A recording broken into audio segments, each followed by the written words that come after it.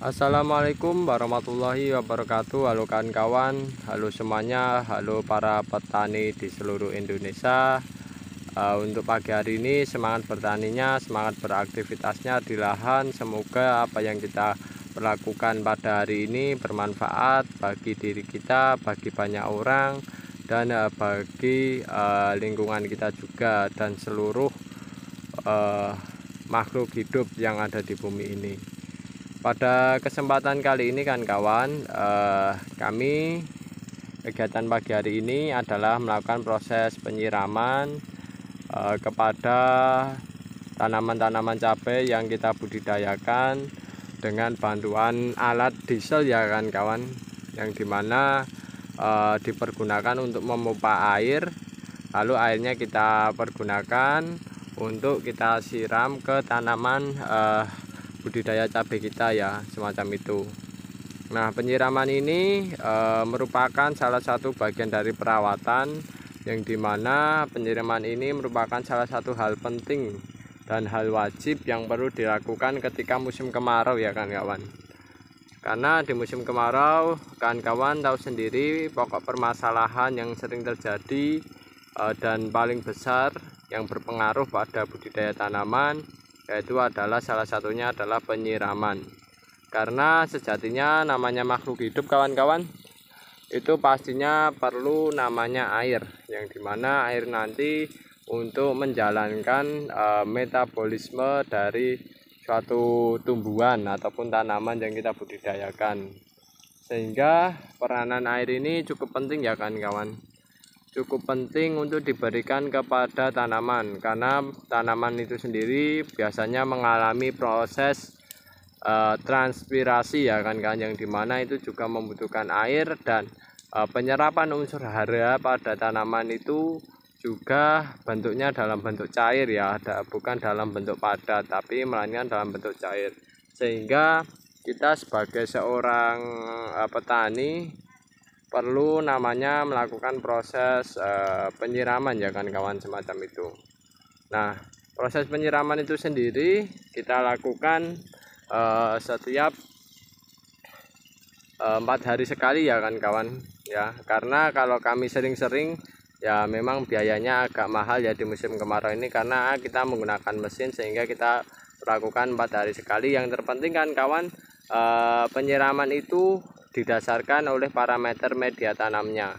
Jadi media tanam kawan-kawan atau tanah yang digunakan untuk menanam itu kondisinya pastinya yang diharapkan adalah kondisi lembab ya kawan, apalagi tanaman cabai semacam ini.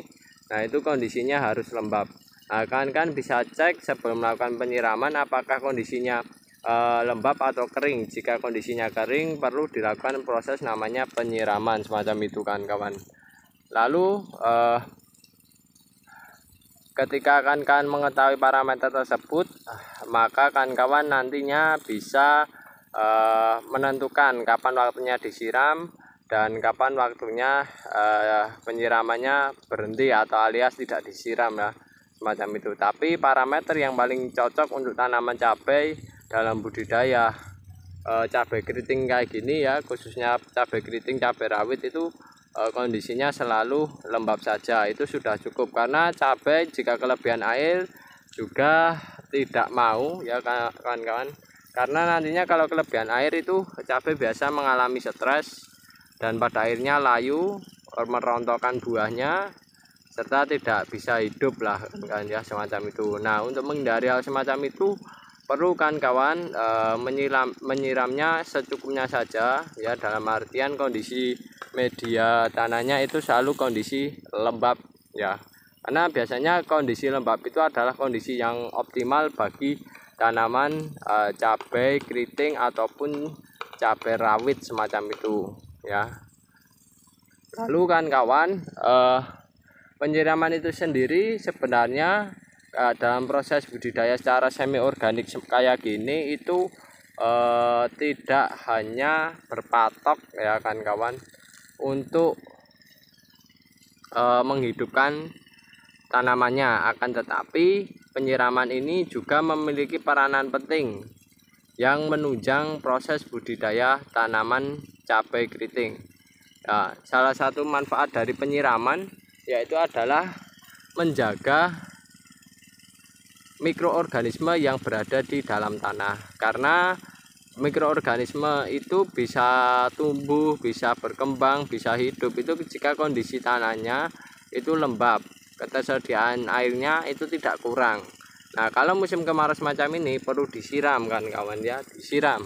Sehingga nantinya selain media lembab sesuai untuk tanaman, mikroorganismenya juga bisa tumbuh dan berkembang, sehingga efek pada budidaya tanaman tersebut bisa bagus ya kan kawan, terhadap tanaman yang kita budidayakan. Jadi efek bakteri ataupun mikorizaa dan lain sebagainya, mikroorganisme yang mendukung tanaman itu bisa berefek baik kepada tanaman yang kita budidayakan, sehingga nantinya tanaman yang kita budidayakan bisa tumbuh secara normal. Yang kedua yaitu tanamannya tidak mudah layu. Nah, itu salah satu efek dari mikroorganisme yang hidup dan tumbuh di area perakaran, dan di sisi lain juga tanamannya lebih tahan akan serangan-serangan penyakit semacam itu. Nah, oleh sebab itu kawan-kawan, penyiraman ini perlu dilakukan ya kawan-kawan, jangan sampai ketinggalan. Yang jelas kan menyiram sesuai medianya ya, parameternya media yang digunakan untuk budidaya itu harus kondisinya lembab kan kawan, semacam itu aja. Jika kering harus disiram, jika lembab tidak perlu disiram. Nah, itu nantinya biasanya sudah bisa tumbuh, dan yang jelas tanamannya tidak mati ya untuk tanaman cabai, karena ya cabai tidak perlu air yang cukup banyak, yang penting lembab kondisinya semacam itu. Dan jangan terlalu lembab juga ya kan kawan, kalau terlalu lembab juga tidak bagus. Nah, yang penting lembab. Dan ini kami biasanya menyiram 4 hari sekali semacam itu. Nah, itulah manfaat dari perawatan, terutama penyiraman, yang dimana manfaatnya efeknya cukup bagus sekali. Selain menghidupkan tanaman, juga mikroorganisme pendukung tanaman, nah itu juga bisa pada hidup dan tumbuh, karena mikroorganisme juga namanya makhluk hidup, butuh air juga ya kan kawan untuk tumbuh dan berkembang. Nah, jika musim kering semacam ini tidak ada air, biasanya mikroorganismenya tidak bagus. Dan ya kan kawan, selain air butuh air ya, kondisinya yang cukup lembab, penggunaan mulsa pun juga dapat melindungi mikroorganisme ya kan kawan dari serangan sinar UV ya kan, karena biasanya mikroorganisme pertumbuhannya bisa melambat ataupun mati disebabkan oleh adanya sinar UV yang berasal dari matahari.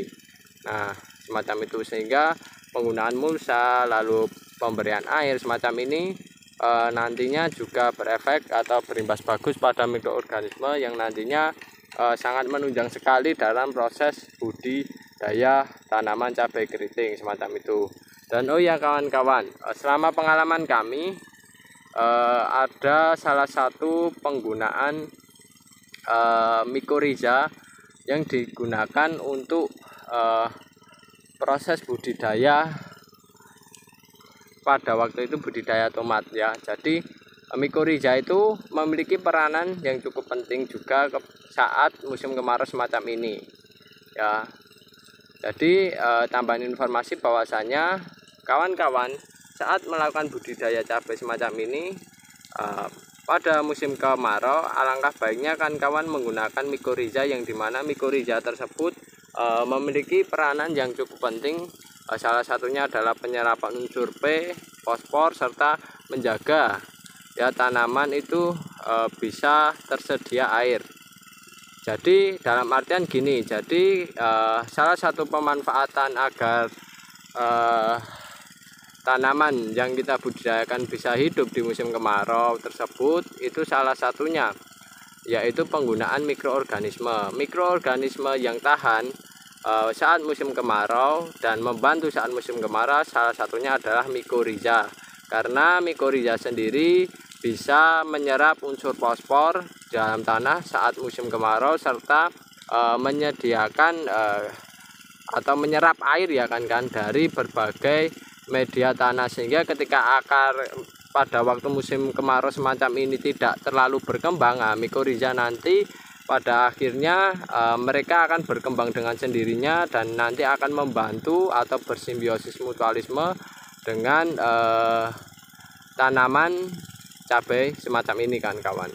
Sehingga ketika bersimbiosis ya biasanya nantinya cabainya itu bisa memperoleh unsur hara secara maksimal ya, ketersediaan kelembapannya terjaga, tetapi mikorizanya tetap hidup juga. Jadi nantinya efeknya adalah yaitu tanamannya awet kan kawan ya, ketika musim kemarau semacam ini meskipun kondisi airnya minim ya. Nah, itu salah satu efek dari penggunaan mikorizа. Dan ini salah satu bagian dari informasi yang bisa saya sampaikan mengenai pengalaman ya, berbagi pengalaman dan perawatan dalam proses budidaya tanaman cabai ini. Semoga kawan-kawan bisa mengambil hikmahnya, manfaatnya, serta meninggalkan hal yang tidak bermanfaat dari video ini ataupun hal yang kurang ataupun salah ya kan kawan. Jika ada kekurangan maupun kesalahan dalam pembuatan video kali ini, kami mohon maaf yang sebesar-besarnya. Saya akhiri, wassalamualaikum warahmatullahi wabarakatuh.